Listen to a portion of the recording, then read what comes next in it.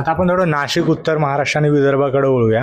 तिथल्या कुठल्या महापौर पदाच्या नावाच्या शर्यतीमध्ये कोण आघाडीवर आहे? मी सुरुवातीला नागपूरचं सांगतो. नागपूरमध्ये महिला खुलं आरक्षण पडलेलं आहे.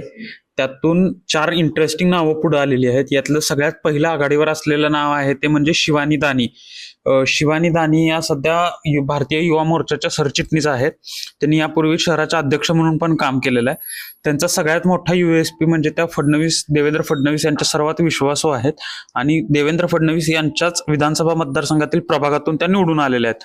आणि त्याहून मोठी गोष्ट म्हणजे सध्या त्या मुख्यमंत्री फडणवीस यांच्या कार्यालयात इन्व्हेस्टरी ऍडवायझर म्हणून काम करतात. म्हणजे गुंतवणूक सल्लागार, ज्या राज्यामध्ये कुठे काय गुंतवणूक व्हावी ह्या संदर्भातली जी सल्लागार समिती आहे त्यामध्ये त्या काम करतायत. त्यामुळे एक मुख्यमंत्री कार्यालयातील एक शिक्षित चेहरा म्हणून, महिला चेहरा म्हणून, मुख्यमंत्री फडणवीस यांच्या विश्वासातील चेहरा म्हणून शिवानी दानी यांचं नाव आघाडीवरती आहे.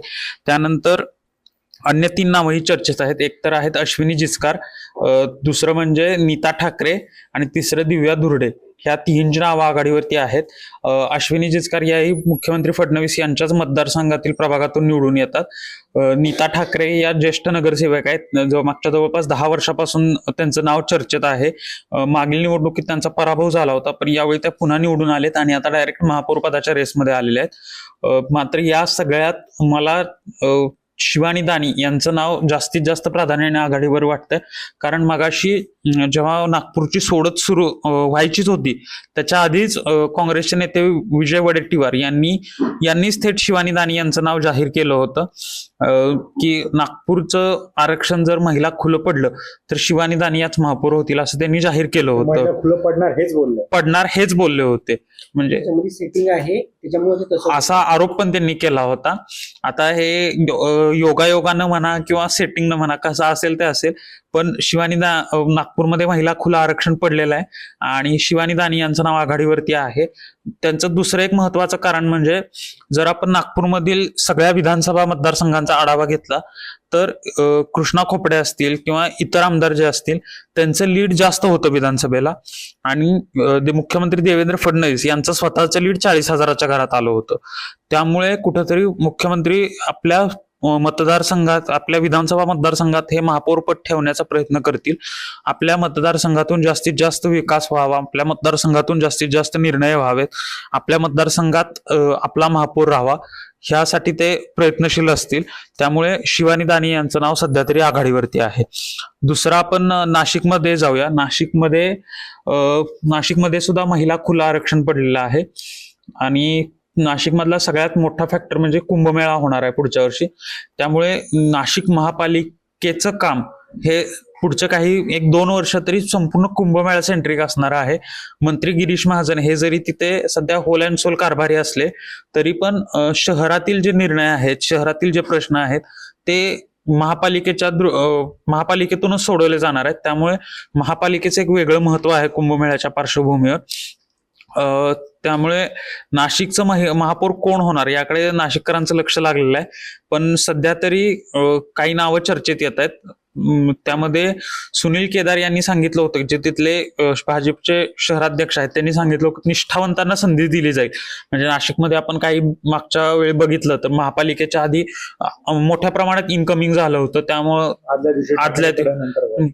काही मनसेकडे होते, त्यांनी दुसऱ्या दिवशी येऊन भाजपचा फॉर्म भरून ते विजयी पण झाले. दिनकर पाटलांसारखी उदाहरण आपण बघितली तर. त्यामुळे निष्ठावंतांना कुठेतरी न्याय देण्याचा प्रयत्न असणार आहे. यामध्ये हिमगौरी आहेर यांचं नाव आघाडीवरती आहे. चंद्रकला धुमाळ यांचं देखील नाव आघाडीवरती आहे.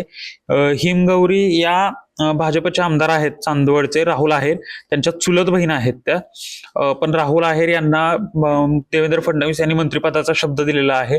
जेव्हा विधानसभेच्या निवडणुका सुरू होत्या तेव्हा फडणवीसांनी बऱ्याच आमदारांच्या मतदारसंघात जाऊन प्रचार करताना असे शब्द दिले होते.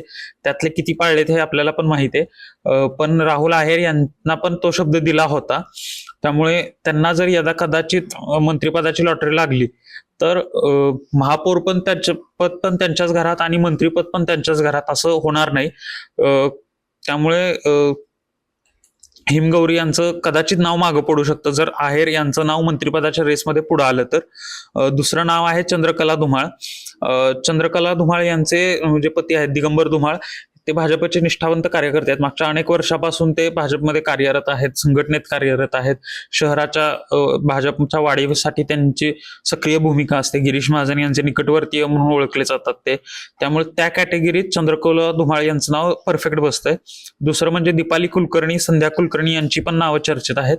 पण ब्राह्मण समाजाला यापूर्वी संधी दिलेली आहे, त्यामुळे या दोघींचं नाव कितपत पुढे येतं हे पुढील काळात कळेल. संध्या कुलकर्णी यांचे जे वडील आहेत सतीश कुलकर्णी, ते सुद्धा यापूर्वी महापौर होते.